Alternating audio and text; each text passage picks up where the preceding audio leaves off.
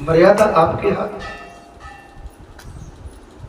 स्वती भगवती तो कहती है जब तक ईश्वर का अपरोक्ष अनुभव न हो ज्ञान हो ही नहीं सकता। जब तक ईश्वर का माने अभाव न हो, गुरु का अभाव न हो, सत्संग का अभाव न हो, सनातन का अभाव न हो, सेवा का अभाव न हो, आपका हमारा कल्याण नहीं हो सकता। चौधराट सरपंची से काम नहीं चलता, सेवा करके काम चलता। मृत्यु से पहले जो भगवान का अनुभव करते हैं उन्हें ही मुक्ति मिलती है। समय कम है मेरी दादियों, कोई किसी का नहीं है। हमारी सांसें कम बची, ठीक है। घर में नाती पोते से प्रेम हो जाता है, बहू बेटे से प्रेम होता है, अपना भी जाता है। लेकिन अब सच्चा प्रेम ठाकुर जी से लगा। अंतिम पड़ाव है। शरीर को सूखने में देर नहीं लगती, अरे शरीर को मुरझाने में देर नहीं लगती। अरे फूल यदि डाली से नीचे गिर गया तो सूख जाता है। फूल डाली पर ही शोभा देता है। जिस कुल में, जिस परिवार में, जिस धर्म में आप आए हैं, आपका जन्म हुआ है, अरे वो आपकी एक जड़ है। और आप जड़ को ही काट दोगे तो ये डाली तो सूख के अलग चली जाएंगी, आपको कोई पूछने वाला नहीं होगा। धर्म की जड़ जिसने काटी है, बड़बड़े बरगद सूख जाता। कुछ मैं गलत तो नहीं बोल, इसलिए मेरा अनुरोध है, मेरी आप सबसे विनती है महाराज, इसलिए आप अपना ख्याल करिए। आपको उच्च स्थान और हनुमान जी का आपको साथ और उनकी इतनी आपको समझाइश आपके कल्याण के लिए यहां से बताई जाती है।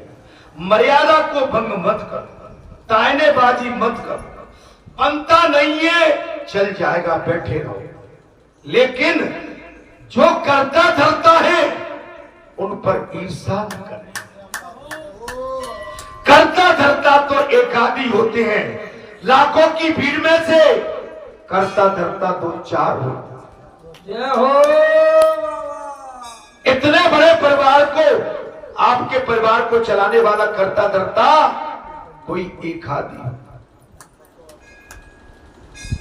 अगर सबके चले चलोगे तो बड़े बड़े परिवार हमने टूटते हुए देखे।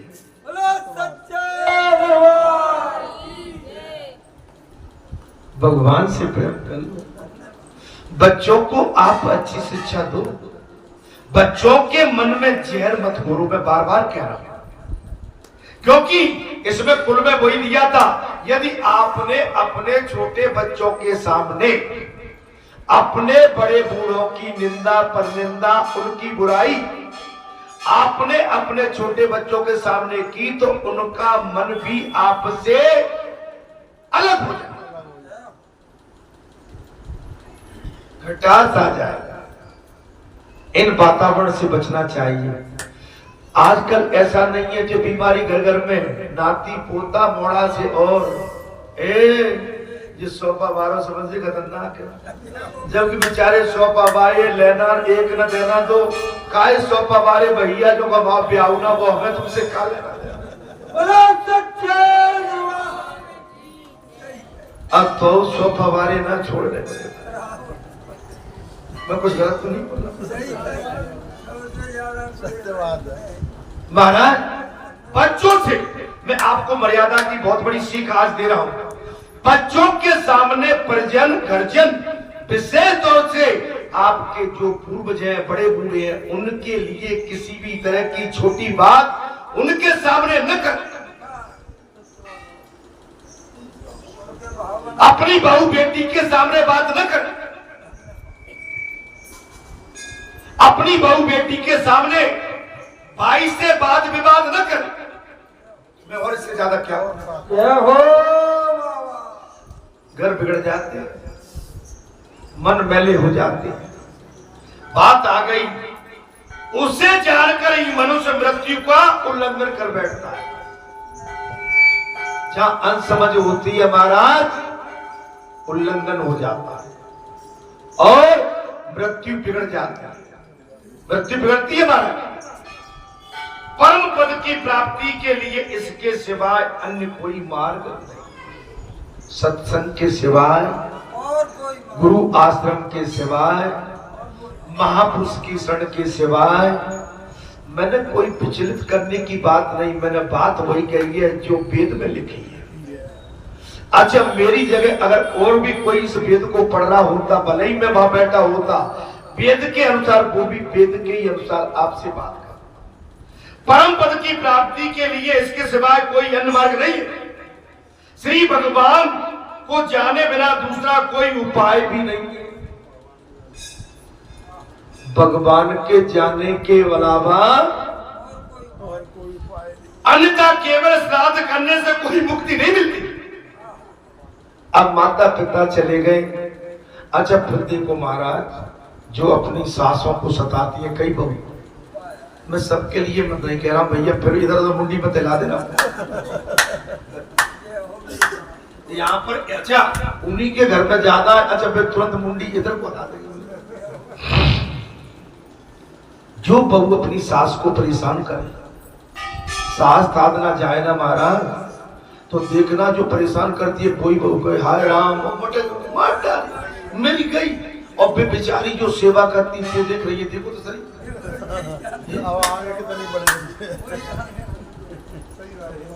अरे भाई, हाँ, जो दिन भर निंदा पर निंदा में लगे रहे, घर का कोई अरे मेरे तो सब चलो, अरे मेरे तो भगवान थे, ए मेरे तो द्वार खाली रहेगा। वाह वाह, क्या बात है।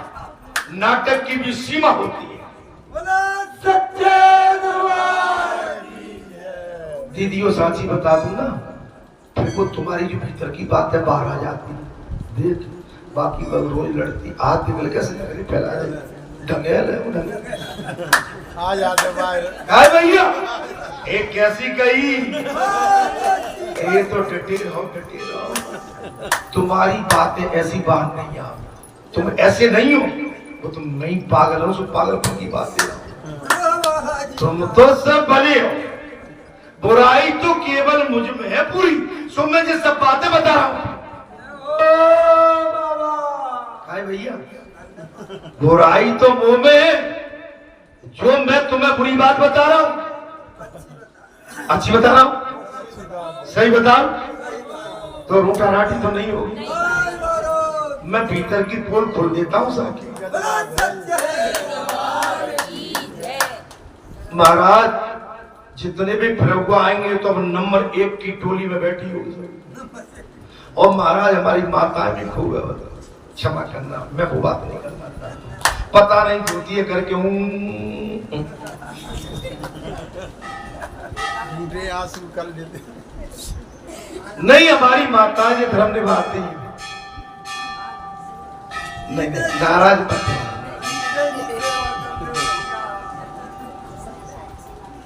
अब कौन कितने को मुंडी हिला रहा है, अब तो सब कपड़े नहीं। मेरा आशय केवल एक परिवार से, एक समाज से नहीं है। हमारे राज्य का पूरा समाज ऐसा है, और आपके हमारे घर में ही नहीं हो रही, ये पूरे संसार में। अपने सनातन में तो सारे विश्व को कुटुंब बताए, वसुदेव कुटुंब। पूरा परिवार। अब मैंने रसोई की बात उस दिन कही थी कि बहू आ जाती है घर की रसोई में तो सास ससुर कट आउट हो जाते हैं। भाई, बहू अधिकारी हो गई, और अब जो बहू बना के देगी बेटा वही खाना पड़ेगा। खाना पड़ेगा कि नहीं खाना पड़ेगा बताओ। अगर बहू आ गई तो सास ससुर, पहले तो ससुर चट्टा उठो तो पहुंच जाते रसोई में, क्योंकि बाकी बैयर बना रही है तो ला शक्कर खा धरी है, मिश्री खा धरी है, रोटी बन रही है थोड़ा नमकीन खा धरो, पक करो। अब बेटा कैसे बोल जाए वो घुसिए भीतर जा। भैया कैसी अब कैसे बोल जाए? अच्छा मैंने जी कहां पर प्रैक्टिकल पाया, मैं अमेरिका में था। अब 2 महीना बहू के पास रहा, बहू तो नौकरी पे जाती, मैं बुराई नहीं कर रहा हूँ, क्षमा करना, मैं उसकी बुराई नहीं कर रहा। बहू बेटा सब दस जाते, ये खा लेना वो खा लेना, मैं कहता तो रे मत खाओ, सारे चटोरे कहलाओगे।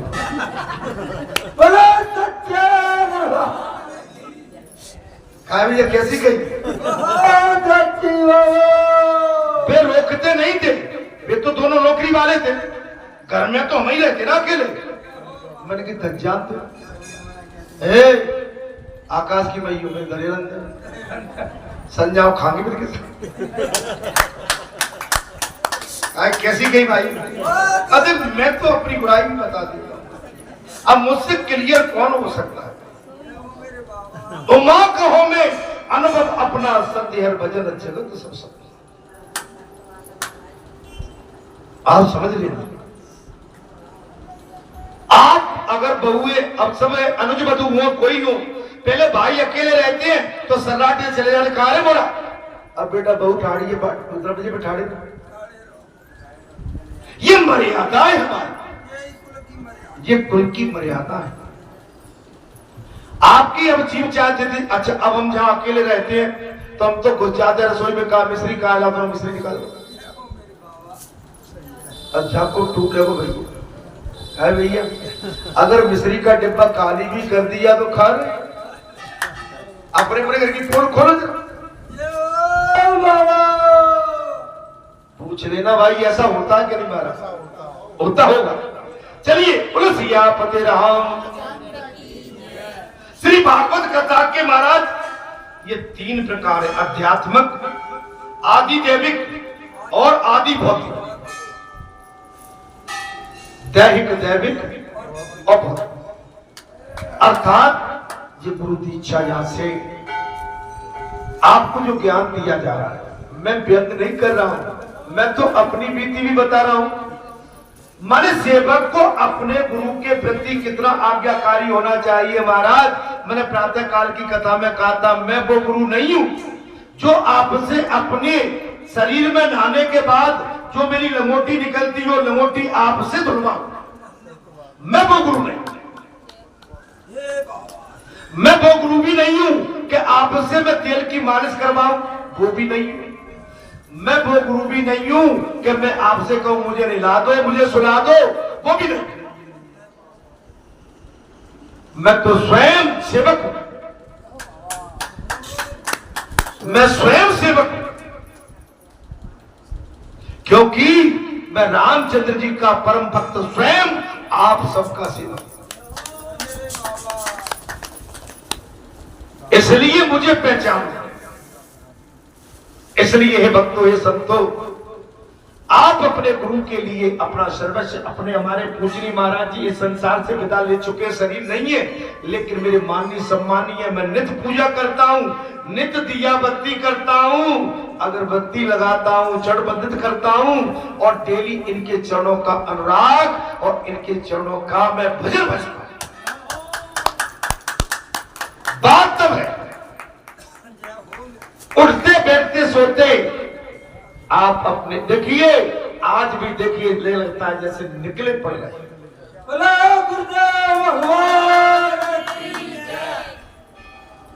निकल रहे जैसे तस्वीर, ये महान होती है। इनने मुझे गुरु दीक्षा दी, वो भजन मेरे पास है, इनकी वो आशीर्वाद और महाराज इनकी दृष्टि मेरे पास रहती है समय। ये हमारे मन में होना चाहिए। जो हमारे पूज्य को होते हैं, माता हो, पिता हो, परम पिता हो, हमारे राष्ट्र के लिए महापुरुष हो, सतपुरुष हो, हमारे कोई भी माता बहन बेटी दुर्गा सरस्वती हमारे लिए सभी पूज्य हैं। हमारे यहाँ इंसान की तो बात क्या है, हमारे भारत जैसे देश में तो पत्थर की भी पूजा की जाती है। हमारे भारत जैसे महान देश में इंसान की तो बात क्या है, पत्थर की पूजा। अरे पत्थर की तो क्या, वृक्षों की पूजा की जाती है। अरे वृक्षों की तो बात क्या, जीव जंतु, चिड़िया, पशु, जानवर की भी पूजा की जाती है। भारत की मिट्टी की पूजा की जाती है। चंद्रदेव, सूर्यदेव, वरुणदेव, अग्निदेव, इन सब की पूजा होती है। हमारे भारत जैसे देश में यही सबसे बड़ी तहजीब है महाराज, संस्कृति है, सनातन है, जो हमारे पूरे विश्व के ऊपर महाराज वासुदेव कुटुंबकम, पूरा हमारा विश्व ही वासुदेव कुटुंबकम है, परिवार है।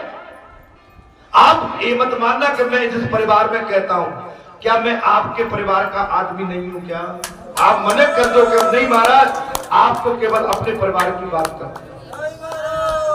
जिस कुल में मैंने जन्म लिया उस परिवार को तो मैंने कभी बुला के और सामने भी खड़ा नहीं होने दिया है। उस परिवार को तो मैंने एक तरफ रख के और मैंने आपको आगे रखा है। आप मेरा इतिहास उठा के देखें,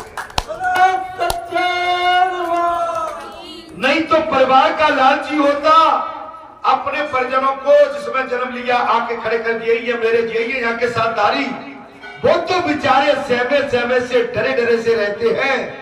मेरी तरफ, मैं उनकी तरफ देखता भी नहीं हूं, मेरी दृष्टि तो मेरे पूरे परिवार पे लगी रहती है। बताओ, मैं आज बहुत बड़ी बात कह रहा हूं। हाँ, वो मेरा परिवार मुझसे मिलता है जिस कुल में मैंने जन्म लिया है। जब मैं कभी घर पर विश्राम करता हूं, आज भाई साहब रुके होंगे, पूरा परिवार आ जाता है, मिलता है मुझसे, क्षण वंदना करता है मेरे सामने बोलते नहीं है, बैठे रहते हैं। मैं केवल वही बात करता हूं जिसमें उनका कल्याण हो, वही वहां से कहता हूं आपका कल्याण होगा। वही परिजन मेरे अनुज मुझसे कह के जाते हैं, भाई साहब आपके पास बैठने के बाद हम में एनर्जी आ जाती है, एनर्जी। मैं आज बहुत बड़ी, मुझे नहीं कहना चाहिए, वो जब मेरे परिवार की बात करी तो उधर इशारे होने लगे थे, इसलिए मैं उस बात को आज साफ कर। वही भाई कहते हैं, भाई साहब आपके पास अगर महीना 2 महीना में नहीं बैठ पाते ना, हमारी एनर्जी खत्म हो जाती है। जब वो बोल के जाते हैं तो मैं सोचता हूं कि मेरे पास क्या ऐसी चीज है जो मेरा भाई मुझसे बोल के चला गया कि आपके पास बैठने से हमें एनर्जी आ जाती है, अच्छा लगता। नहीं, मैंने आज वो बात कही है, आप तो हमेशा ही कहते रहते हैं। आज मैं उस चीज को इसलिए कहा के बाद मुझे वो आज कहना भी पड़ेगा।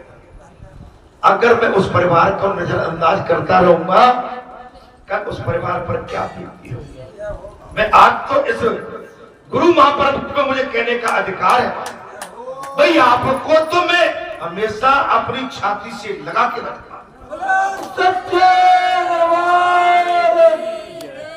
जो माता जन्म दिया, देवकी ने जन्म दिया, जसोदा ने पाला, लेकिन जन्म देने वाली माता तरसती रही कि मेरा लाल मेरी गोद में आएगा। मेरे साथ वही हो गया है कि इस लाल को हमने जन्म तो दे दिया, लेकिन ये लाल हमको मिलता ही नहीं है।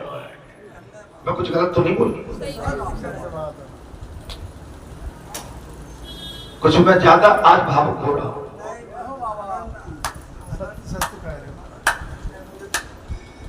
ये तो हमारा है नहीं, कहां चला गया? आज मैं क्या बताऊंगा महाराज, घर पर भी कभी उड़ाना हो जाता है कि तुम जो बताओ कहां रहते हो, क्या हो, तुम क्या सोचते हो, कहां रहते हो। वो बात मुझे कहने में जहां अब अच्छा नहीं लगा। सब मैंने आपको दे दिया है महाराज, मैंने अपने भक्तों को दे दिया है, तुम्हारा अधिकार है मुझ पर, और वो परिवार का अधिकार जन्म देने का है, लेकिन आपका अधिकार उससे भी ऊपर है कि आप मुझ पर विश्वास करते हैं, मेरी बात को सुन के मेरे मार्गदर्शन के अनुसार आप चलते हैं। बोलो सच्चे। नहीं तो आज के समय में भाई दो भाई एक मार्ग में नहीं चल पा रहे हैं। आप तो मेरे साथ जुड़े। मैं इससे ज्यादा बड़ी बात क्या वो माँ, क्या वो परिवार, क्या वो दादी, क्या वो काकी, क्या वो भाई नहीं सोचते होंगे कि जिस तरह से हमारा ये परिवार का जन्म इतना उनसे इसलिए उनसे भी उतना ही इसलिए करता हूं जितना आप सबसे करता हूं, लेकिन उनको मैं अपना इसलिए महाराज प्रदर्शित नहीं करने देता। इतना अब तो मैंने सारी बातें कह कौन ऐसा होगा कि अपने माता पिता अपने परिजन को छोड़ देगा? ठीक है, उनने जन्म दे दिया है, मुझे आपका बना दिया है, उनका सौभाग्य है, उनको खुशी होती होगी, उनको प्रसन्नता भी होती होगी। भाई क्या है अधिकार उनका कि जन्म तो हमने दिया है, सेवा तो इस संसार की सेवा में ही तो लगा हुआ। ये बहुत बड़ी बात, ये बड़ी बात है। इसलिए आप चिंता न करो महाराज, बिल्कुल निर्भय रहिए। मैं आपको वही काम दूंगा जिससे आपका कल्याण हो, और बगैर कल्याण के महाराज मधुरता स्पष्ट नहीं होगी। पाठ शांति से करो। पाठ कैसा करोगे? अभी पूजा का टाइम होता है, हवन का टाइम होता है, ठीक है। और मैं थोड़ी सी बात और कहूंगा, और आज मैं विशेष भावुक हूं। मैंने जिस परिवार में जन्म लिया, मैंने आज तक उसकी गाथा कभी गाई नहीं है, लेकिन आज मुझे कहना पड़ा। ईश्वर ऐसा परिवार हर जन को दे, हर घर को दे, हर परिवार को दे, जिस घर में मर्यादा का पालन होता हो, जिस घर में ईश्वर का वास रहता, जिस घर में स्वयं हनुमान उनके आंगन में खिलते। अब मैं इसके आगे क्या कहूं?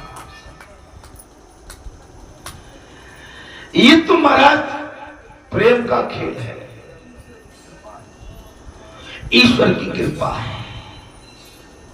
हाँ, इतना मैं आज अवश्य कहूंगा।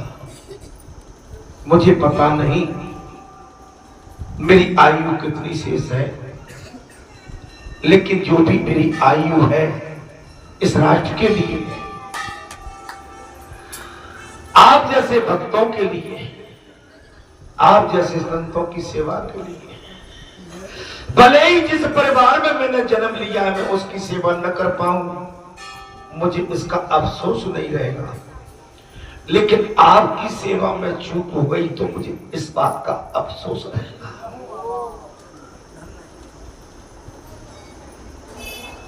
इतना मैं आपसे अवश्य कहूंगा। आना जाना जीवन का परम सत्य है। हम आपको ज्यादा जीने की चाहत कभी नहीं करना चाहिए। अभी 3-4 दिन पहले सुकांड से एक भक्त आए थे, रात का टाइम था, एक दिन पहले की बात। वो कहीं मोटरसाइकिल से 2 पहिया वाहन से जा रहे थे, उनकी गाड़ी में सर्फ लिपट गया और गाड़ी की ठोकर लगी, सर्फ निकल गया। रात को 9 बजे फोन किया, महाराज जी सर्फ ऐसे ऐसे चोटिल हो गया है।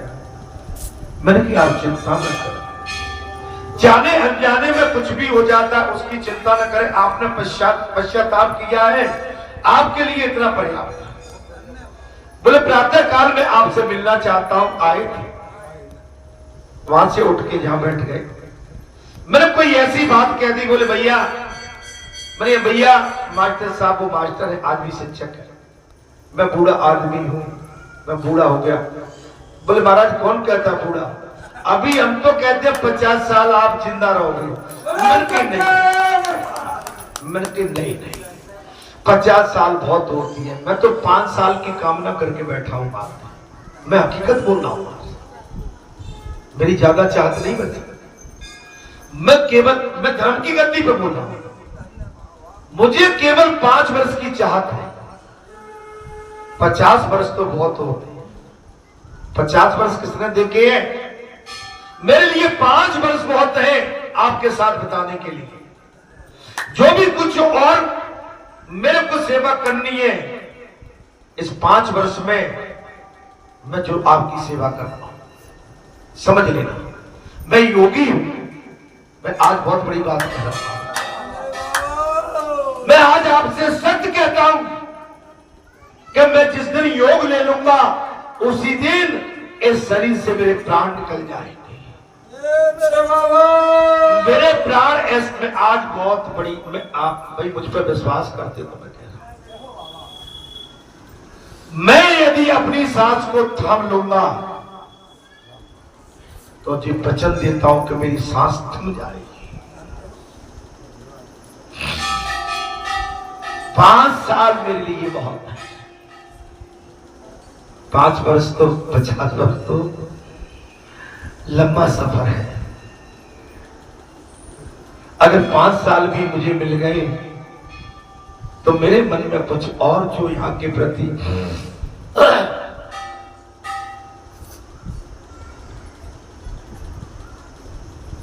कुछ सेवा का भाव लेके बैठा हूं, मैं उसको पूर्ण कर पाऊंगा। आना जाना जीवन की, हमारे जीवन में सभी को बिछड़ना है। आज भगवान ने आपके सन्मुख सुनहरा मौका दिया है। बालाजी धाम इतना सुंदर स्थान बन गया है, जहां पर भक्तों के कष्ट का निवारण हो रहा है। अचल हो गया जी स्थान, अमर हो गया।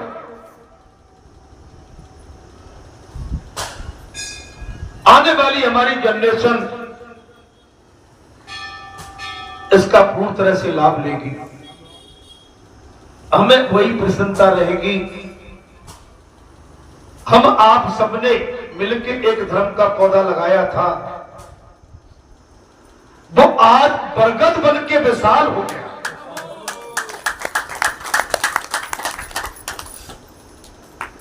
अमर तो भगवान, अमर तो संसार में कोई नहीं है। त्रेता में भगवान श्री रघुनाथ आए, उन्होंने संपूर्ण लीला की। द्वापर में भगवान आए, उनको भी संसार छोड़ के जाना ही पड़ा। ये संसार का विधान है। कुछ आपकी अच्छी बातें यहां की दीवारों पर लिख जाती है, जो सदैव सबके कल्याण के लिए किलकारियां मारती रहती हैं, और उन्हीं आपकी अच्छाई से सभी का कल्याण भी यहां होता है।